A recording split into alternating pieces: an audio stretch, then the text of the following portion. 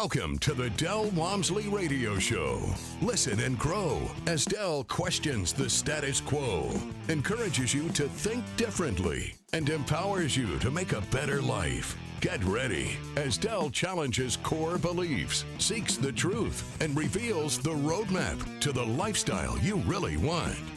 And now your host, multi-millionaire, national award-winning investor, CEO and founder of Lifestyles Unlimited, Del Walmsley. Welcome to the Del Walmsley Radio Show, where the hype ends and the help begins. I'm your host, Del Walmsley, and as always, we're working on your financial freedom. Today, my friends, is an interesting show.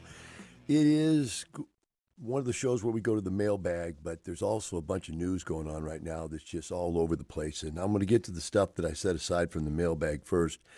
And then I'll come back to the news because the news isn't going anywhere. So we'll work our way back into that. But let's start out with the first article that someone sent me. I thought it was rather interesting. The article is titled something along the lines of "Bad Times Might Be Good Times in Disguise." And what the author is indicating here is that what he has found in his life is that when times are good, he doesn't have the motivation to move forward and take on new challenges and to grow. And that when times are bad, he finds himself more motivated to take on challenges and to work through problems and to get it done. And he goes on and on about this and is very detailed about what he's gone through and why it was important to him that, he would run into problems. The problems would stimulate him to do something, but then if things were okay, he would just walk away from it, getting it done. And that's procrastination, I believe, is the term for that. Well, this has been identified, this particular problem has been identified for many, many, many years. I read about it in a book called Unlimited Power by Tony Robbins.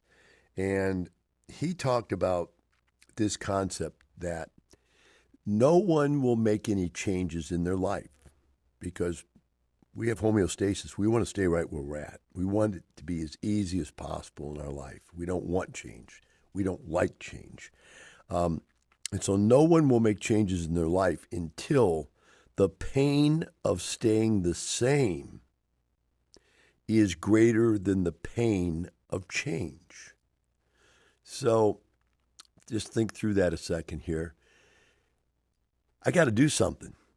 This is bad. Many, many Lifestyles members come to us like just the second after something horrific in their life happens, and it makes them rethink their whole life. And I've known this for years. That was a stimulus for, a good 75, 80% of the people that join up here. Something in their life just clicked, and they go, you know what, this isn't working. I'm in the rat race, as Rich Dad, Poor Dad would call it, or, I'm on the wheel, as I would call it, or in the cubicle, as I would call it, and I'm not getting anywhere. All my retirement plans just aren't working out, and my wealth plans aren't working out, and I'm getting older, and it's not getting easier, and, everything I see and do proves to me that there's a need for a change. But maybe I'll look into it next year. I got stuff going on right now. We've got the kids getting into school, the car's broken down. We're looking at a job change. You name it, there's 1,000 of these reasons why something right now is just going to get in your way and you're not going to do it. So the pain to change is not large enough. The pain to change is not large enough to cover the pain of not wanting to change. And so you don't do anything, right? And it takes that aha moment, right? That aha moment is the time that something goes off, and maybe it's just hearing the radio show for the first time going, you know what, that's interesting. He's pushing the button of pain that I feel. Let's listen a few more times, and then you work your way into that situation where you realize that pain is important. And as you get into this, you realize that one of the things that I've talked about my entire life is, and this is a Del Walmsley, a Delism, is that what gets in the way of a good life is an okay life. And then I've gone on in my life and in other people's successful lives to say what gets in the way of a great life is a good life. So if you're down there and you've got a terrible life, Wanting to change is fine, right? That's fine. But if you've got an okay life, I mean, you get up every day, you got a good job, or at least, a good job's a good job. It doesn't make you rich, and it doesn't give you any of the three motivating factors in life, which is money, power, or fame, and or respect could be interchanged with fame. But you don't have any of them. And people strive to get those three things in their life. That's what they want. So let me give you an example. Money can buy you a lot of things, right? It can buy you a lot of things, but it doesn't make you famous. I had a boss that sold his company for $400 million and took back $1 million a year salary for 2 or 3 years as a consultant to the company. And I asked him one day, I said, why did you take back the consultant? I mean, you're still working for $1 million a year when you got $400 million. I mean, that's ridiculous. I mean, if you just put it to work at 10%, you're making $40 million a year. Why? What does the $1 million mean to you? And he said, Del, the difference is if I don't work and I'm walking up and down the street, I'm just another old guy. And now that I'm the age he was when I was talking to him about this, he was in his 60s, late 60s when I asked him this, I understand what he's saying. You said, well, why do you hang around Lifestyles Unlimited? Do you have plenty enough money to never have to do anything?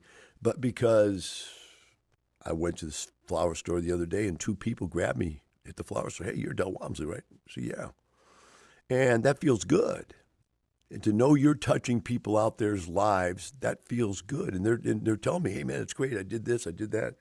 One was talking to me about the successes they just had buying something, and the other person wanted to talk to me about the economy, and that's a good thing. So there is a little respect / fame, whatever one you want to put on that.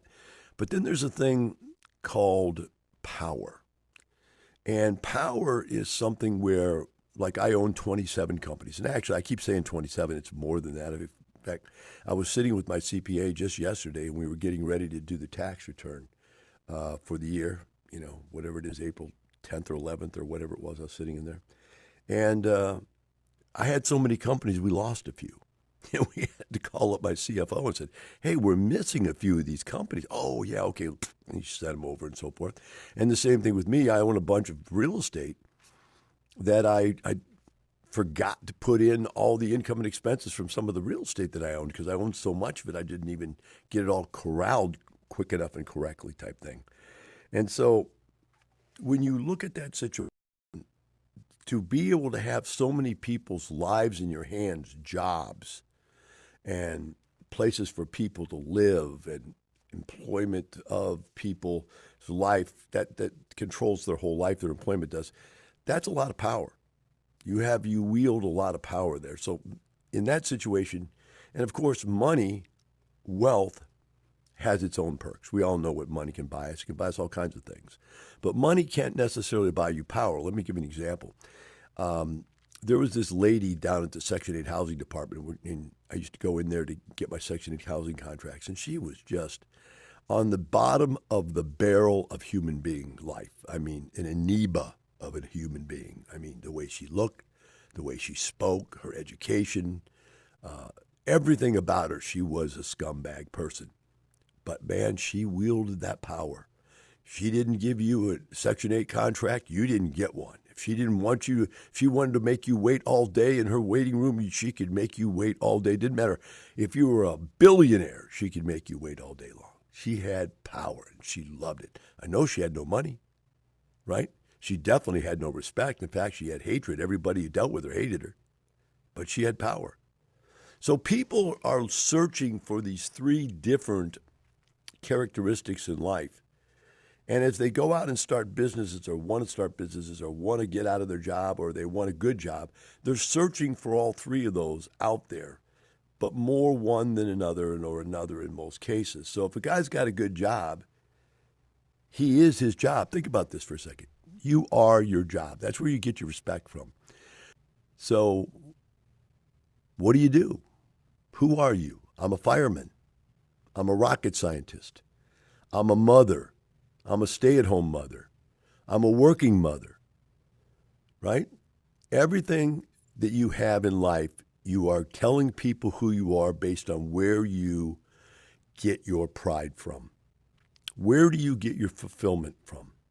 And when they ask you who you are, you're not going to go, I'm just a dumb, fat, old person that, really I'm kind of ugly and I'm probably 20 or 30 or 40, 50 pounds overweight, whatever it is, and I'm not really that smart and I don't have a lot of friends, maybe one or two.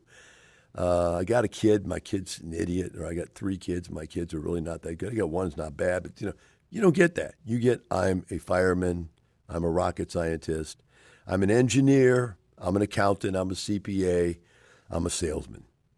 That's what you get. Now, why do they give you that answer? It's because of the 3 things they're looking to fulfill in their life. Number 1, money. That is how they fulfill their money. And the better the job sounds, the more you think they make for a living. You equate who they are financially by their job. I'm a CEO. That equates a lot better than I'm a maid, right?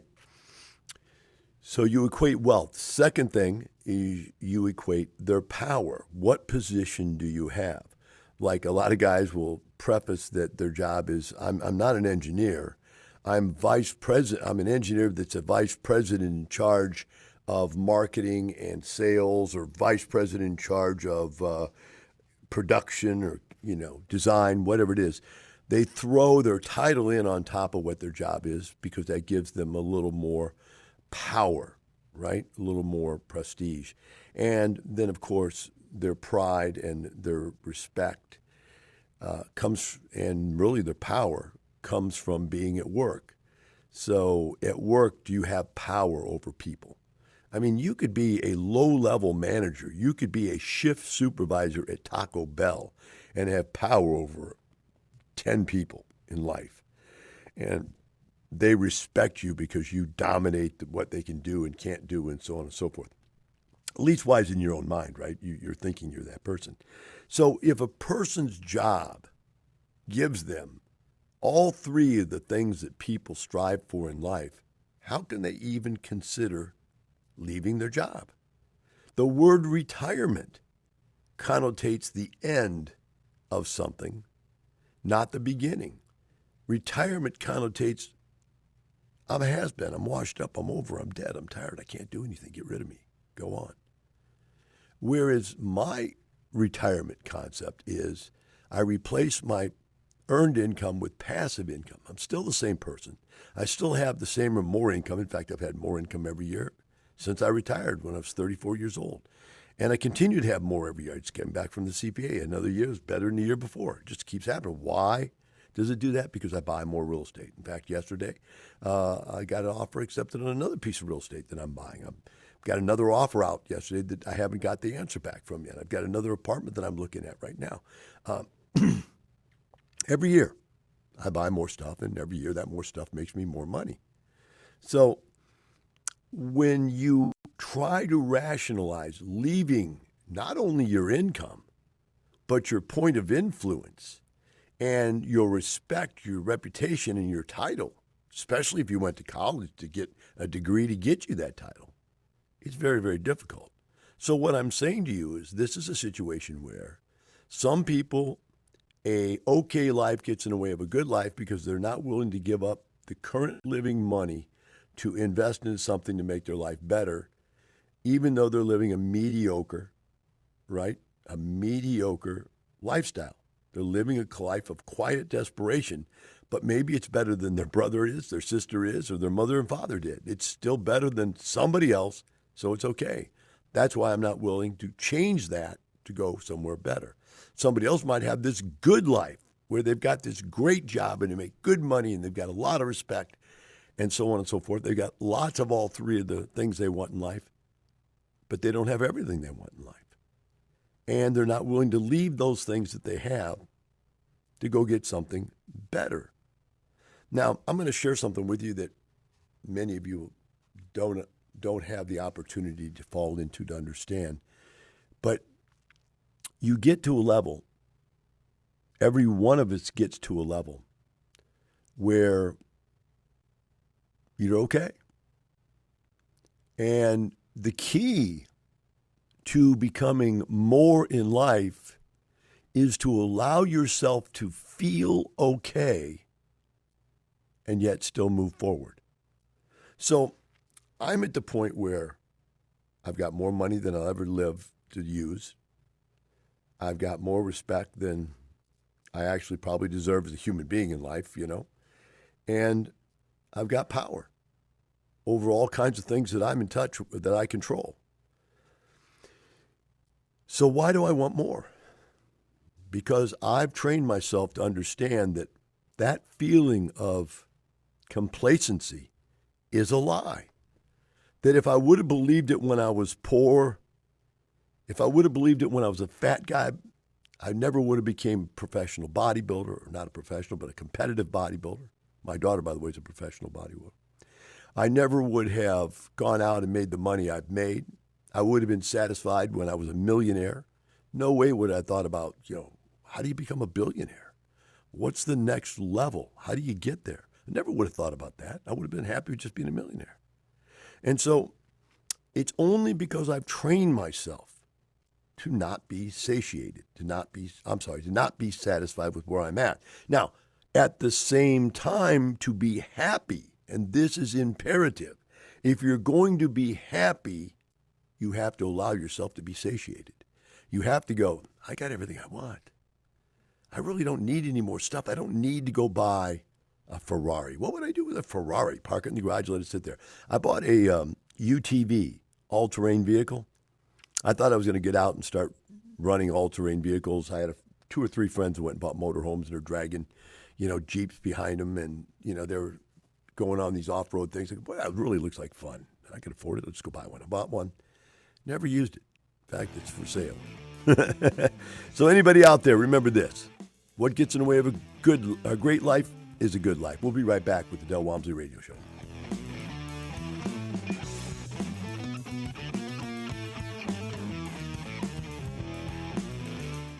We sold one of my wife's properties and actually did a 1031 exchange, and we bought 3 brand new builds in Fort Worth. So right now, collectively, we have 3 of her inherited properties and then 3 properties in Fort Worth that we've done through Lifestyles. And you turn 1 property into 3, tripling your cash flow. Exactly. Yep. Well done. Learn to increase your cash flow. Register for the workshop at lifestylesunlimitedworkshop.com. Welcome back to the Del Walmsley Radio Show. Today's the mailbag day, and we're going to the next article here that someone sent me, and this is interesting because it's starting to build up here. This one says, commercial real estate is headed for a crisis worse than in 2008, according to Morgan Stanley. Man, 2008 is when I made all my wealth. I tripled my net worth in 2008. It was a massive recession, real estate-wise, and we just didn't believe that was going to happen this time. This is the first time I've seen somebody predict that we were going to have a recession that went that deep in real estate. The article goes on and explains why this author believes that.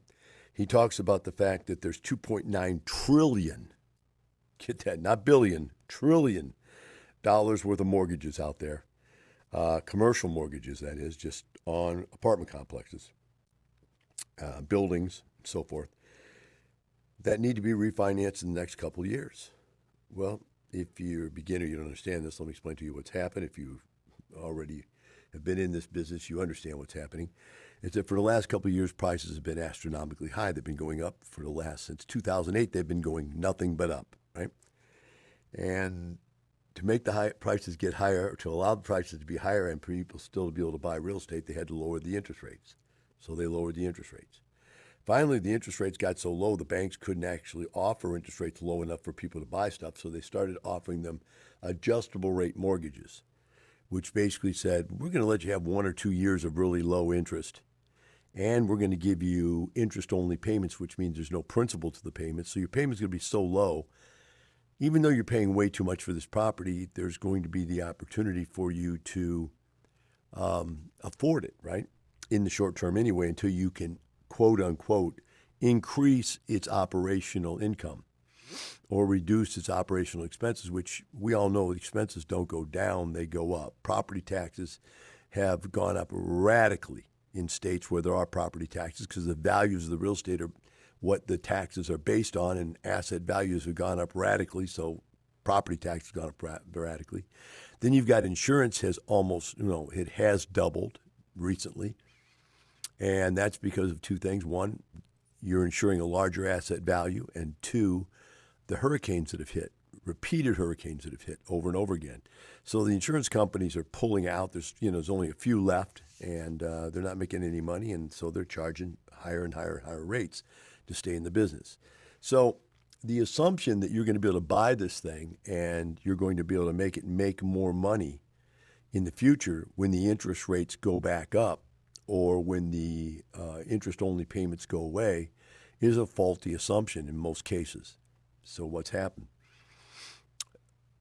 These deals are all upside down. This, $2.9 trillion, some portion of it is upside down, meaning that you can't refinance it. These loans come due, and the way commercial real estate works is you buy a loan for 3 years, 5 years, 7 years, or 10 years. You pay on it for that period of time, and then you got to pay the loan off, which typically you never pay the loan off. You just refinance to a new loan is what happens. In this case, you can't because now the value of the property is as low or lower than what the mortgage is. And so you can't refinance it. And I saw a deal yesterday where the person told me their interest rate had jumped up to 17% on their deal. I don't even know how that could be. For the people who interest rates are not going up, it's because they have something called an interest rate cap. And that's where you buy down the fact that the interest rate on the adjustable mortgage can't go above a certain limit. But the cost for those cap buy downs is going up radically. And so the mortgage companies are forcing people to escrow to buy their next cap buy down for the next year. Well, when they escrow that money for that cap, there goes all their cash flow. And now the deals are not making any money at all. And this is happening to quite a few people, even a lot of our people, because this is a new phenomenon no one's even knew about.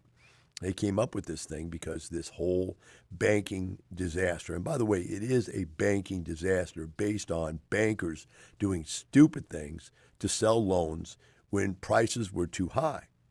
If they would have said no, the prices never would have got that high.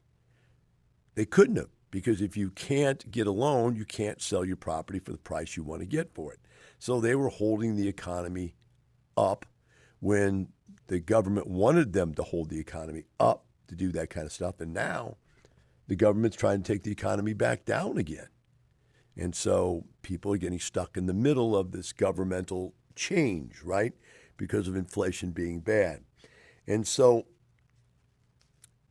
it is anticipated that very large percentage of these deals are going to go out of business. What percentage, we don't know. I don't know.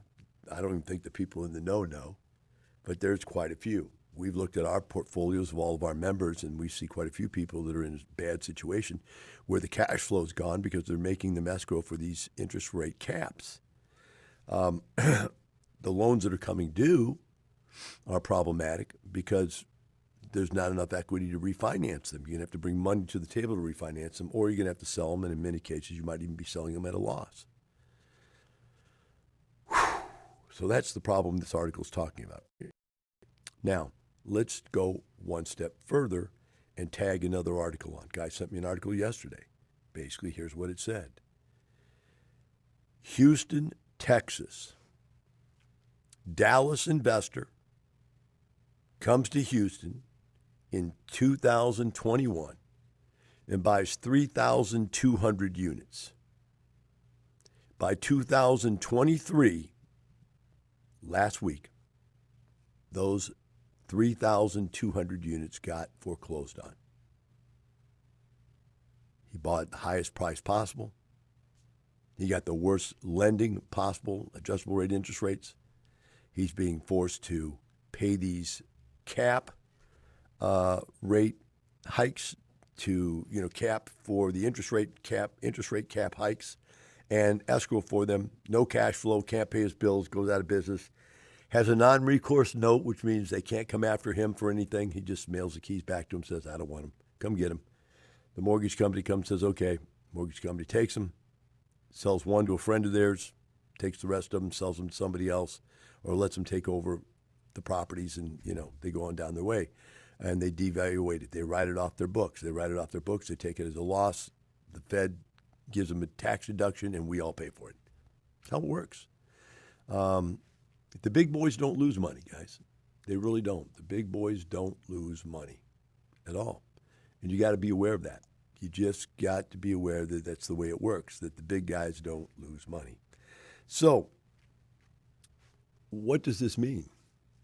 Well, you've ever heard the story when you're a kid, since our society doesn't use the same parables we used to use, where we taught morals to our children.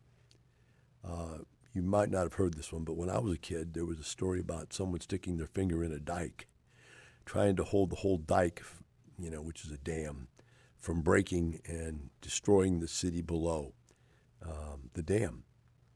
And in this situation, once you pull your finger out of that dike and that water starts to go through that hole will deteriorate and that whole dam will come apart. I'm wondering if this is the first finger in the dike to be pulled out, that this is going to start crashing down and cratering down and taking us out. I don't know. We don't know for sure. I do know this.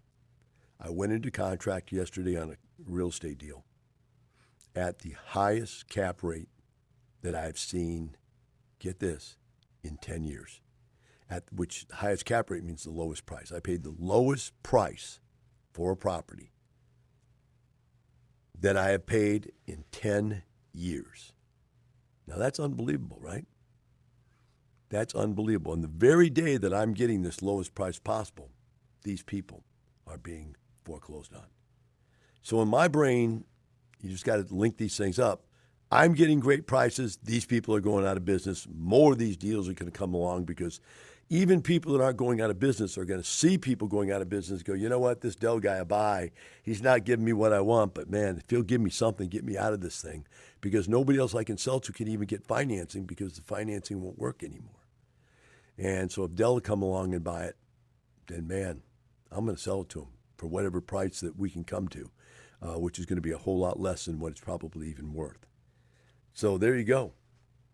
This is big, big, big business and big, big, big news for that big business. And it's all right there in front of you. Thinking about whether or not it's going to go through the roof. Pulling out of the mailbag another email. This one is a two-parter. This gentleman wrote me, first of all, back in January of 23 and again last week. And this is one of those emails, guys, that if you know me now for the 20-plus years I've been doing radio, this is very, very personal. I'm not going to use the person's name. I'm going to try to leave out as much of it as I can that doesn't identify who the person is somehow for the friends or relatives or whatever, but some of it will probably identify them. The reality is that this is not me judging someone. This is a complex set of situations that can only be dealt with at a very, very, very high level of thinking.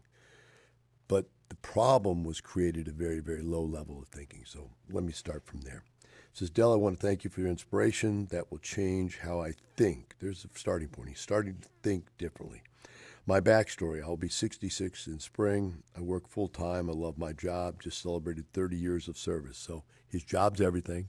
He's got that life where, he's got an okay life.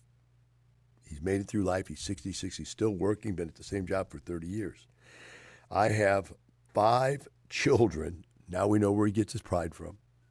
The 2 older boys, 39 and 42, and 3 younger kids, 13, 15, and 17. So that looks like there must be 2 wives in this story somewhere, or at least 2 women in this story somewhere. And I will not make excuses for all that or where he's at. So the bottom line is this guy's pride has been making babies. And I remember running into a guy one time, and he said, I said, you have all these different babies with different women. He goes, yeah, them's my trophies. He said it just like that. Them's my trophies. So you make out of that what you want, but that's exactly how he said it. Them's my trophies. In other words, I was able to go out and get 5 different women to let me get them impregnated. I'm a proud man because of that. Now, I don't know if that's this guy, But definitely it's two different wives. There's no way the same wife could have had kids. So there's 39 and 40, and it's 13, 15, 17. But he does like to make kids, that's for sure. So what happens when you have a lot of kids in your life? You're broke. You're poor in most cases. It does stimulate you to work, that's for sure. You got a lot to pay for. But if you're going to be staying with your kids and stay close to your kids, there's a lot of cost to raising kids, right? So he comes back now, or at that time, he wants to know how he can help all these kids. And my answer to him was completely different than what he thought he was going to get. I said, the first thing I would point out is that you need to start thinking about yourself and not your kids or your grandkids. He's 66 years old.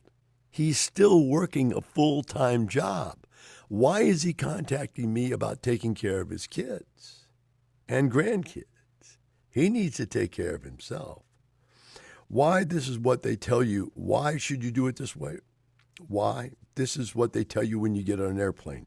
When the oxygen mask drop, put yours on first before you attempt to help someone else.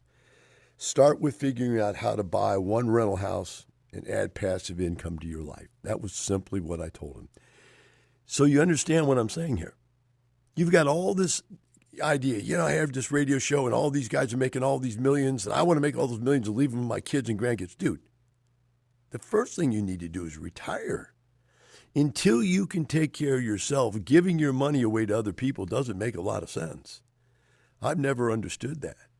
People tell me, why don't you tithe? I go, well, if you're religious, you want to tithe. I say, okay, well, I'm going to look at it a different way. Instead of giving them $100 each week or each month out of your paycheck or whatever you give them, why don't you go take that money, put it into real estate, make millions of dollars, then turn around and donate them $100,000 or $10,000 a month because you're rich.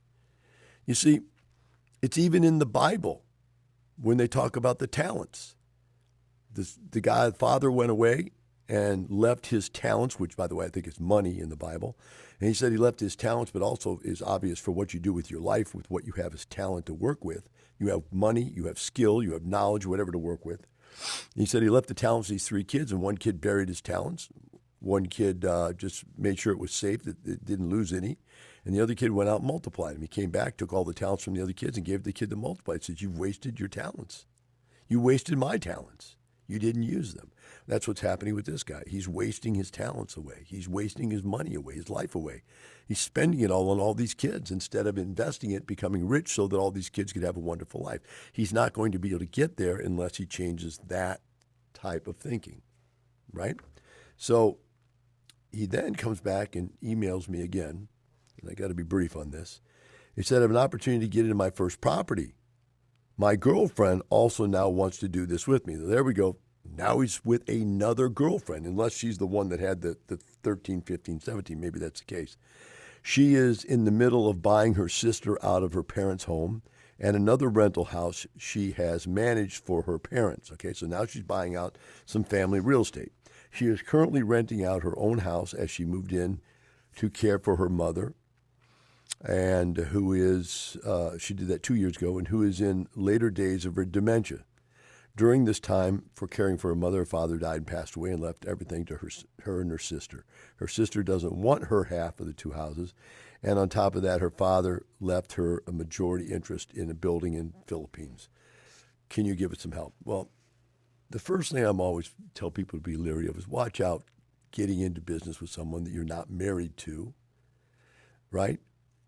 You can have her do her real estate and you can do your real estate. You shouldn't do yours together, because what if you break up? Then how do you split the stuff up without destroying both of your lives? Secondly, if she's getting the real estate from her family and you were to take it over with the education I give you and you go make it worth millions of dollars, and you take it and make that house that they give to you for a low price because the family member doesn't have any idea what the value is. It's all torn up, it's dirty, it's family house, and they sell it to the other family member. In other words, one sister sells out her share of the inheritance to the other one. If you ever go and make that worth $1 million, that family member is going to be mad for the rest of your life. So my suggestion, stay away from it. Hope you had a good day, and remember this, it's not the money, it's the lifestyle. The information and opinions you hear on the Del Walmsley Radio Show are those of the host, Del Walmsley, his guests, and his callers. The Del Walmsley Show is for entertainment purposes only. Please consult a professional regarding your personal investment needs. Nothing presented on the Del Walmsley Show constitutes an endorsement, recommendation, offer, or solicitation to buy or sell any product or security.